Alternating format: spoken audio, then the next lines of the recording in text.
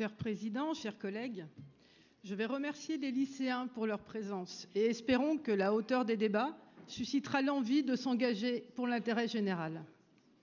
Je veux aussi féliciter les collègues pour leur élection, leur réélection en tant que maire et président de communauté de communes. Elles et ils sont nombreuses au sein de la majorité, je ne les cite pas tous, mais je pense à Valérie, Nathalie, Frédéric, Nicolas, Alain. Leur engagement est reconnu. Permettez-moi de répondre à Monsieur Odoul que nous n'avons pas besoin de ces services pour faire des constats lucides. Pour autant, un peu d'humilité ne ferait de mal à personne. Au RN qui avait promis un grand soir nationaliste au lendemain des élections alors qu'on n'a même pas de petit matin. Et je viens d'entendre depuis les rangs du Rassemblement national que Besançon avait été gagné grâce aux voix du RN. Monsieur Sermier, c'est quand même pas top. Monsieur le Président, nous vivons des temps obscurs.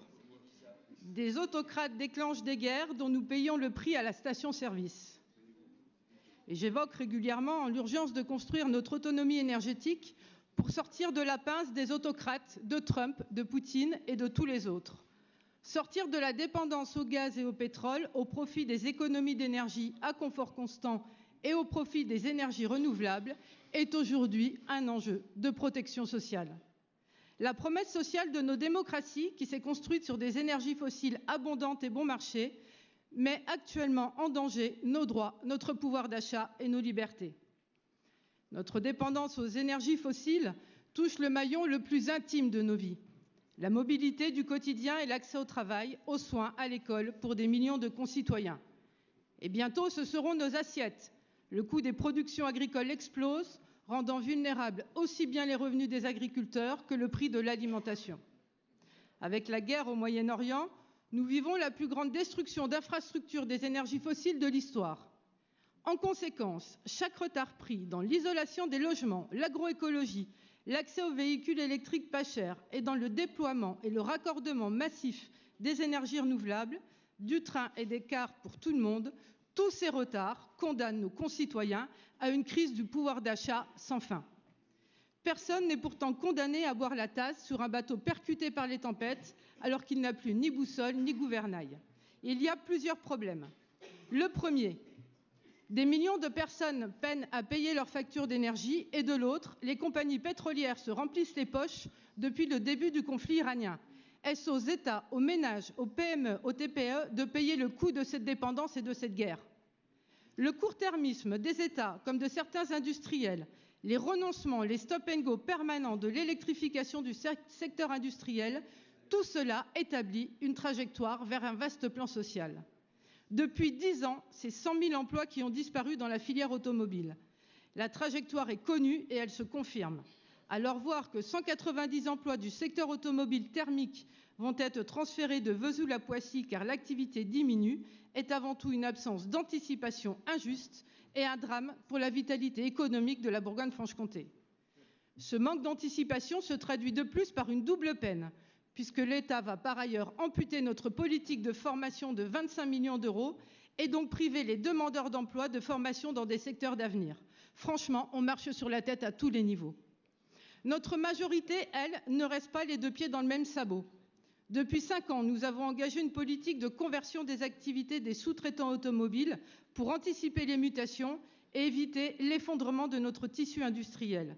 Mais nous voyons très bien qu'il y a un changement d'échelle à opérer qui repose sur un État stratège, volontaire, constant auprès des collectivités, car le défi est vraiment immense.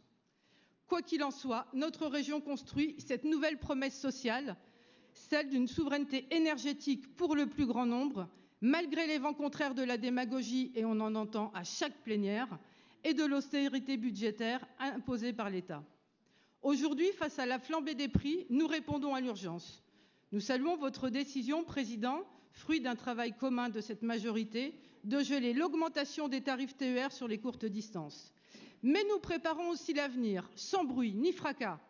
Les débats consacrés aux politiques 2026 confortent la trajectoire vers une décarbonation des usages, isolation des logements sociaux, soutien à la production locale d'énergie, à la filière du réemploi et des matériaux biosourcés, appel à projet pour le bois construction, remise en service en 2026 de 10 trains rétrofités, travaux sur la ligne des Hirondelles, verdissement d'une flotte de cars à 2 €. Et bien sûr, toutes ces mesures, toutes ces politiques doivent être amplifiées à l'avenir.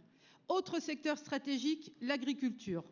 La convention cadre avec la Chambre d'agriculture régionale est un véritable bouclier social pour préserver le revenu des agriculteurs dont l'avenir, y compris à très court terme, reste illisible.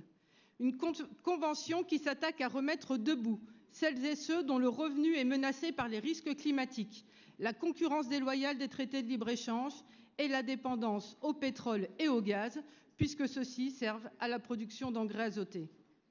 La souveraineté énergétique se corrèle évidemment avec l'enjeu de souveraineté alimentaire. Celle-ci repose sur la reconquête de nos ressources naturelles et conditionne nos capacités à produire une alimentation suffisante et de qualité.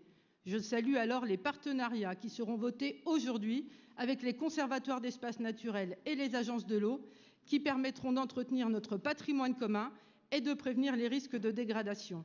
Tout cela permettra de protéger nos conditions de vie, notre qualité de vie qui distingue si bien la région et qui est par ailleurs fortement appréciée par les Bourguignons franc-comtois.